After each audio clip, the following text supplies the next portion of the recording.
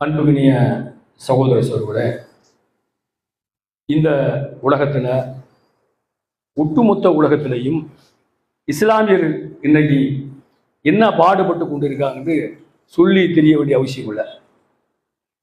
இப்போ இந்தியாவில் இந்த சங் பரிவார ஆட்சிக்கு வந்து ஏறத்தாழ 11 ஆண்டுகள் ஆகுது. இந்த 11 ஆண்டுகளில் பலவிதமான தாக்குதலுக்கு நம்ம ஆளாக்கிட்டு இருக்கோம். என்னைக்காவது சிந்திச்சு பார்த்துருக்கீங்களா? நம்முடைய தாக்குதல் பலவிதமான தாக்குதல். முதல் தாக்குதல் என்ன நடந்துச்சு? ஆட்சிக்கு வந்த உடனே ஜெய் ஸ்ரீராமன் சொல்லு, மாட்டுக்கறி வச்சிருக்கிறியா, லவ் ஜிஹாத்னு சொல்லி முஸ்லிம்கள் அங்கங்கே அடித்து கொலை செய்யப்பட்ட காட்சியெல்லாம் நம்ம ஊடகங்களில் பார்த்தோம், செய்தித்தாள்களில் பார்த்தோம். ஆனாலும் 1-2 நல்ல நீதிபதிகளுக்கு போய் இந்த இதெல்லாம் உள்வாங்கி இதை செய்யக்கூடாது அப்படின்ட்டு ஒரு கண்டனத்துக்குள்ளானப்பட்டதான் அது நின்றுச்சு.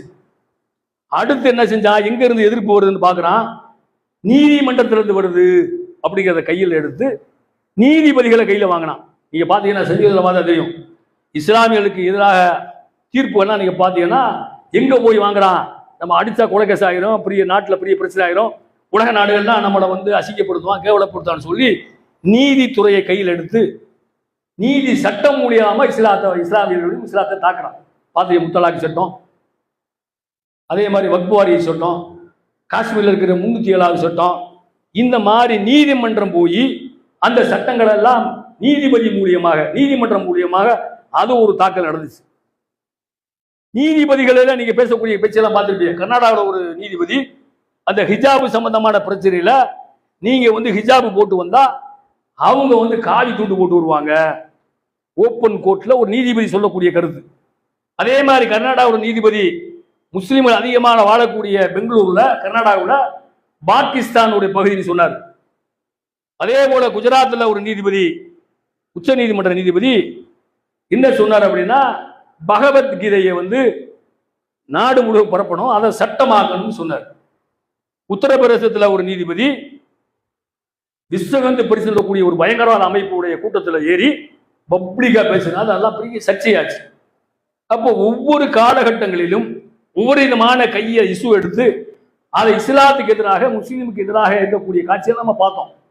இப்போ என்ன ட்ரெண்ட் ஓடிக்கிட்டு இருக்குன்னு பார்த்தோம்னா, சமூக வலைதளங்களை கையில் எடுத்துருக்கான். இங்கே பார்த்தீங்கன்னா உங்களுக்கு தெரியும், இஸ்லாத்துக்கும் முஸ்லீம்களுக்கும் எதிராக பலவிதமான கருத்துக்கள், ஆபாசமான கருத்துக்கள், அசிங்கமான கருத்துக்கள், நபிகள் நாயகம் ஸல்லல்லாஹு அலைஹி வஸல்லம் அவர்களை கொச்சைப்படுத்தி பேசுறது, இதை வந்து எப்போ கையில் எடுத்திருக்காங்கன்னா, இப்போ சமீபமாக நீங்கள் சமூக வலைகளை பார்த்தா தெரியும்.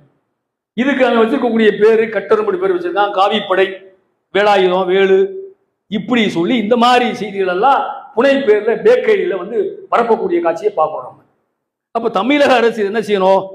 காவல்துறையை கையில் வச்சிருக்கிறது. இது சம்பந்தமான அந்த சைபர் கிரைம் சொல்லக்கூடியவர்கள் தகவலை சொல்லி நடவடிக்கை, ஏன்னா மக்கள் இடத்துல பிழைவை ஏற்படுத்துற அவன் ஏதாவது பதில் நம்ம போடுவோம், அவன் ஒன்று போடுவான், சமூகத்தில் ஒரு பிரச்சனை உண்டு பண்ணுங்கிறத அவன் நோக்கம். அவன் சமூகத்தில் என்ன செய்ய போறான்? பிரச்சனை உண்டு பண்ணணும் அப்படிங்கிறது அவனுடைய நோக்கமா இருக்கு. இப்ப சமீப காலமாக இந்த வாட்ஸ்அப், பேஸ்புக் இது என்ன ஆயிருக்குன்னா, கேரளாவில் இருக்கக்கூடிய ஒரு வாட்ஸ்அப் குரூப், அதுக்கு பேரு சங்கம் பரிவார்த்தம், சங்கத்திலிருந்து பரிமாறுறது அப்படின்னு சொல்லி ஒரு வாட்ஸ்அப் குரூப் அனுப்பிச்சிருக்கேன். ஓப்பன் பண்ணி பஹ்ரைனில் இருக்கக்கூடிய அந்த 40 பேர் 50 பேர் அங்கே இருக்கிறான், அவனுக்கு இங்கிருந்து ஒரு ஃபார்வர்ட் பண்ணுறான் ஒரு செய்தி. இந்த செய்தி பஹ்ரைன் ஊரா என்ன செய்யுது? பரவுனா பிரச்சனை பெருசாகி அன்னைக்குள்ள டெக்னாலஜி வச்சு அந்த அப்படி பற்றி பார்க்குறான். அது யார் கணக்கு கிட்டத்தட்ட 45 நபர்களை அரெஸ்ட் பண்ணி இப்போ கையில் வச்சு ஜெயிலில் வச்சிருக்கான் எங்க பஹ்ரைனில். அப்ப இது அந்த நாட்டில் பிரச்சனை ஏற்படுத்தணும் அவனுக்கு தெரியுது. இப்ப சட்ட ஒழுங்கை சரி பண்ணணும். அவங்களுக்கு வந்து இப்ப நாடு கடத்தலாமா இல்ல ஊரை விட்டு அனுப்பிச்சிடுவோமா, மொத்தத்துக்கு அவனுடைய பாஸ்போர்ட்டை ரெட் சீல் வச்சு அனுப்பிச்சிடுவோமா, அவன் எந்த நாட்டுக்கே போக அனுப்பிச்சிடுவான்னு சொல்லி ஆய்வு பண்ணிருக்குன்னா, ஆனாலும் இந்திய அரசு இதுவரைக்கும் இது சம்பந்தமா வாய் திறக்கல.